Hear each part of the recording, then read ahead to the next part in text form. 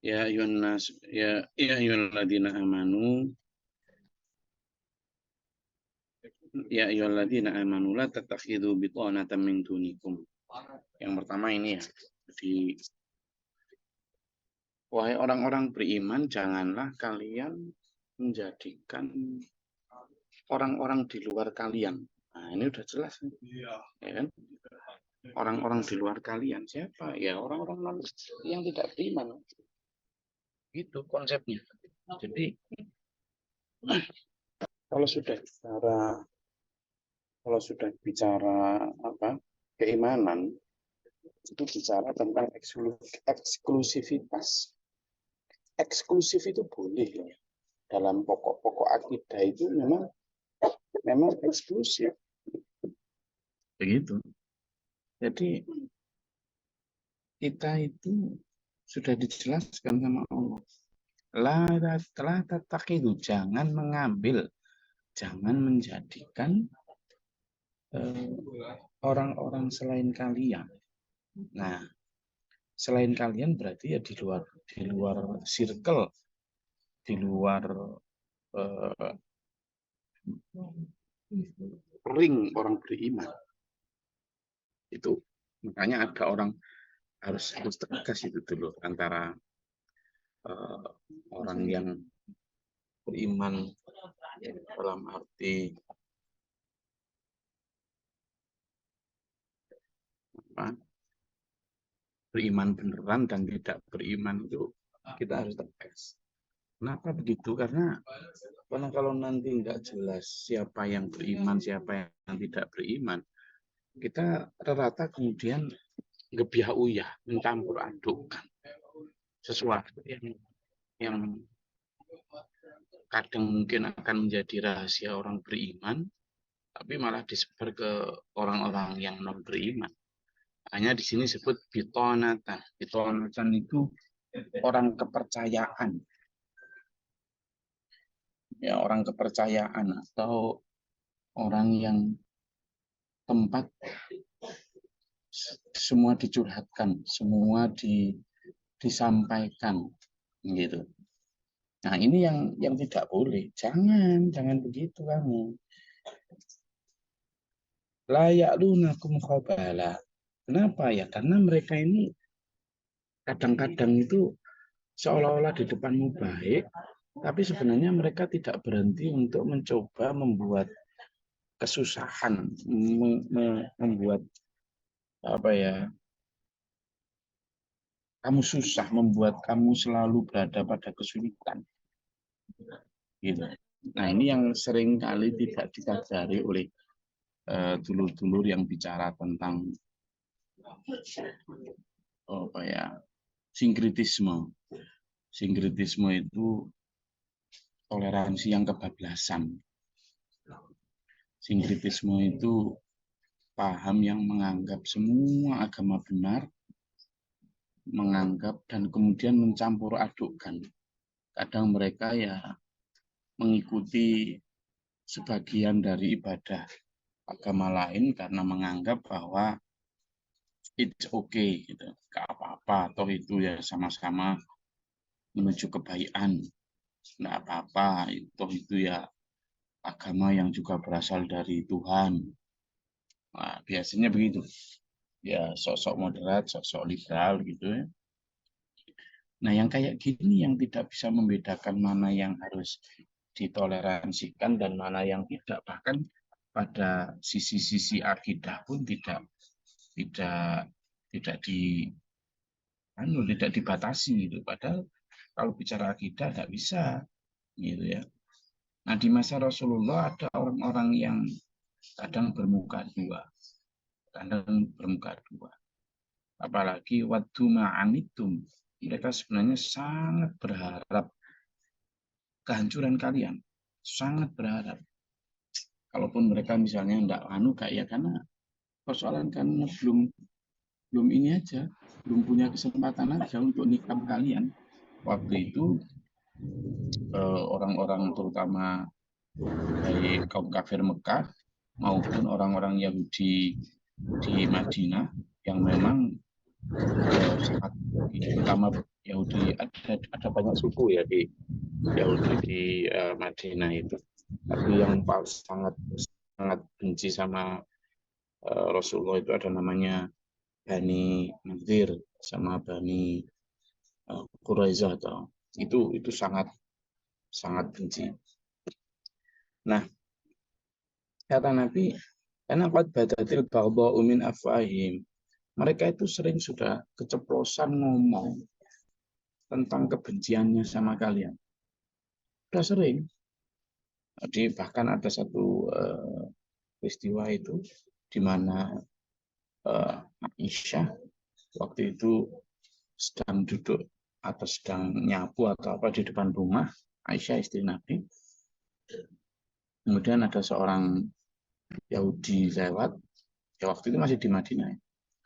Yahudi lewat, kemudian mengatakan Assalamualaikum.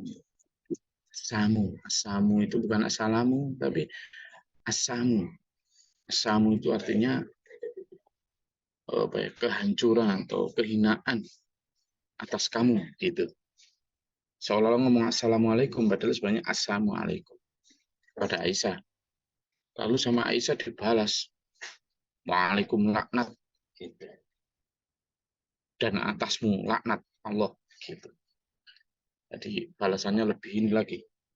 Tapi justru kemudian ketika apa ya dibalas semacam itu, Rasulullah mendengar. Kemudian jangan begitu Aisyah, gitu. Jangan dibalas begitu, gitu. Balas saja waalaikum, gitu aja. Nggak usah laknat. Karena kan dia ngomong assalamualaikum, kecelakaan, kehinaan atas kalian, kan gitu. Maka gimana balasnya? Ya waalaikum, gitu. Apa artinya waalaikum? Ya atas kamu juga, gitu. Nah, ini yang dari afwahihim, dari mulut-mulut mereka aja sudah sangat mengharapkan qad badatil baghdha'u itu. Waddu ma'anittum itu. Mereka sangat berharap atas kehancuran kalian, kebencian, dendam di mereka itu sampai sudah seubun-ubun lah, gitu. Apalagi wa ma tukhfi suduruhum akbar. Apalagi apa yang tersembunyi dalam hatinya. Wah, itu justru malah kebenciannya justru jauh lebih besar itu. Ya. Apa yang tersembunyi dalam hatinya, kebencian yang muncul itu wah lebih besar lagi. Sehingga kamu harus hati-hati. Harus benar-benar tidak gampang mempercayai, tidak gampang menjadikan teman setia orang-orang yang sebenarnya dalam hatinya itu sangat membenci kamu. Kebencian mereka itu karena perbedaan akidah, kebencian mereka itu karena perbedaan ideologi, terutama ideologi dalam tauhid. Mereka juga tidak percaya kepada kerasulan Muhammad. Mereka juga tidak percaya dengan firman yang ada di dalam Al-Quran. Sehingga itu, dan sudah berkali-kali itu, qad bayyana lakumul ayati in kuntum taqilun, dan Allah juga sudah menerangkan dengan jelas tentang tanda-tanda atau ayat-ayat Allah kepada kalian. Cuma kalian itu bagi orang-orang yang mengerti, bagi orang-orang yang apa ya, orang-orang yang benar-benar menghindari keraguan, mesti akan tahu tanda-tanda bagaimana Allah memberikan kejelasan tentang siapa yang mukmin, siapa yang kafir, gitu. Nah, di sini juga ini tuh kita diajarkan Allah untuk tegas. Tegas bagaimana? Loh, kalau memang ciri-cirinya itu sudah masuk ciri-ciri kafir, baik kafir dhimmi maupun kafir harbi, ya memang kita harus mengidentifikasikan mereka sebagai kafir, gitu loh. Artinya mengidentifikasi mereka sebagai kafir itu bukan berarti kemudian menanamkan kebencian balik terhadap mereka, enggak. Jadi Islam itu tidak pernah mengajarkan kebencian, tidak pernah.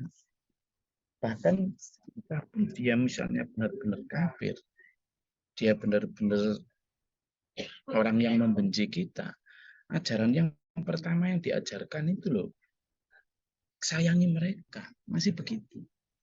Masih begitu. Jadi tidak serta-merta kemudian langsung disuruh membenci, disuruh memerangi. Enggak. Tapi ketegasan untuk mengidentifikasikan bahwa mereka, bagaimana kita dalam beriman, mereka kafir itu harus tegas. Tetap harus tegas. Jadi identifikasi berdasarkan ciri-ciri itu harus tegas. Jadi kalau misalnya begini, kita tauhid kita sudah jelas, itu non tolerable, artinya tidak bisa dinegosiasikan, tidak bisa ditoleransikan. Misalnya bahwa qul huwallahu ahad. Katakanlah Allah bahwa itu Maha Esa. Allah itu satu, Allah itu Esa. Esa itu tidak berbilang, tidak bisa di. Sudah, Allah Samad, Allah mencukupi kebutuhan makhluknya. Qul huwallahu ahad, Allah Samad. Lam yalid wa lam yulad. Allah itu tidak beranak dan tidak diperanakkan. Artinya tidak melahirkan dan tidak dilahirkan. Berarti Allah juga bukan anak siapapun. Allah juga tidak punya anak siapapun. Walam yakul lahu kufuwan ahad. Dan Allah tidak ada satu sekutu pun yang menyerupainya. Sudah, itu kalau istilah Jawa patok bangkrut. Sudah tidak bisa dinego. Paham itu tidak bisa dinegosiasikan. Paham itu tidak bisa udah adik. Sudah Pak OTI sudah benar-benar ya memang begitu. Nah kok terus kemudian ada ideologi, faham lain, ajaran lain, agama lain yang mengajarkan berbeda dari itu. Misalnya tentang yakul lahu kufuwan ahad. Ada yang menyerupainya bahwa Tuhan itu bisa berbentuk patung, Tuhan itu bisa berbentuk genderuwo, Tuhan itu bisa berbentuk apa? Ya berarti sudah beda sama kita. Kriterianya sudah diterangkan Allah begitu. Sudah tegas gitu loh. Bukan kita yang mengatakan dia kafir, tapi Quran. Atau yang kedua tentang lam yalid wa lam yulad. Itu kondisi sudah jelas. Tuhan tidak beranak dan tidak diperanakkan. Lalu kemudian ada ideologi lain, ajaran lain, faham lain, agama lain yang mengatakan bahwa seseorang anak Tuhan, seseorang ya berarti sudah beda. Ya berarti mengingkari apa yang ada di agama kita, yang kalau dalam bahasa Arab disebut kafir. Ya kan? Ya kafir gitu aja biasa, enggak ada kok intonasi kebencian, intonasi diskriminatif, enggak ada. Itu hanya standarisasi kriteria kategori. Sudah begitu masuk kepada Allah Samad, Allah mencukupi kebutuhan makhluk. Ternyata ada faham yang mengatakan bukan Allah yang mencukupi kebutuhan kita. Kita itu bisa mandiri, kita itu bisa tanpa Allah. Ya berarti sudah kafir. Lalu misalnya yang pertama apalagi qul huwallahu ahad. Allah itu esa, tidak berbilang. Lalu ada ajaran lain, agama lain, ideologi lain, faham lain yang mengatakan bahwa Tuhan itu banyak. Ada Tuhan ini, Tuhan khusus cinta ada, Tuhan khusus rezeki ada, Tuhan ya berarti beda gitu loh. Jadi itu berarti ingkar terhadap apa yang diajarkan oleh agama kita. Sehingga prinsip semacam ini itu harus menjadi patokan jelas. Kita melakukan identifikasi, kemudian kategorisasi dan standarisasi itu bukan untuk melakukan aksi kebencian, diskriminasi atau enggak, tapi untuk memberi ketegasan batas akidah gitu loh. Sehingga ketika kafir nanti tinggal dikategorikan lagi apakah dia kafir dhimmi ataukah kafir harbi. Kalau kafir dhimmi berarti mereka ingkar, tidak beda dengan ideologi kita, tetapi tidak memerangi kita. Maka gimana caranya? Ya secara manusia kita tetap bisa berhubungan biasa. kita bisa tetap berdagang dengan mereka, bertetangga dengan baik, kita bisa tetap saling membantu. Dalam hal dunia ya, kita masih bisa saling ya nyapa biasa, pinjam meminjam dan lain sebagainya. Secara muamalah manusia hablum minan nas ya tetap biasa, bisa baik. Ini namanya toleransi, gitu loh. Nah, tetapi ketika dia kemudian menjadi kafir harbi, ya kafir harbi itu yang kemudian menyerang, memerangi misalnya kayak Israel ke Palestina gitu. Ya orang Palestina ya kemudian berhak membela diri. Sama dengan orang Indonesia dulu, ketika Belanda datang ke sini itu sudah harbi itu. Nggak bisa kemudian saat itu kemudian ya kita harus toleransi. Nggak bisa. Orang Belanda datang itu dengan menyerang kita. Dia kan jelas itu datang dengan gold, gospel, and glory. Apa gold? Dia kesini nyari emas, nyari kekayaan, menjajah untuk menjarah alam kekayaan kita. Yang kedua, selain itu dia datang adalah untuk gospel. Apa gospel itu? Menyebarkan ajaran Kristennya. Ya kan, padahal dia menyebarkan itu dengan kekerasan. Ya harbi.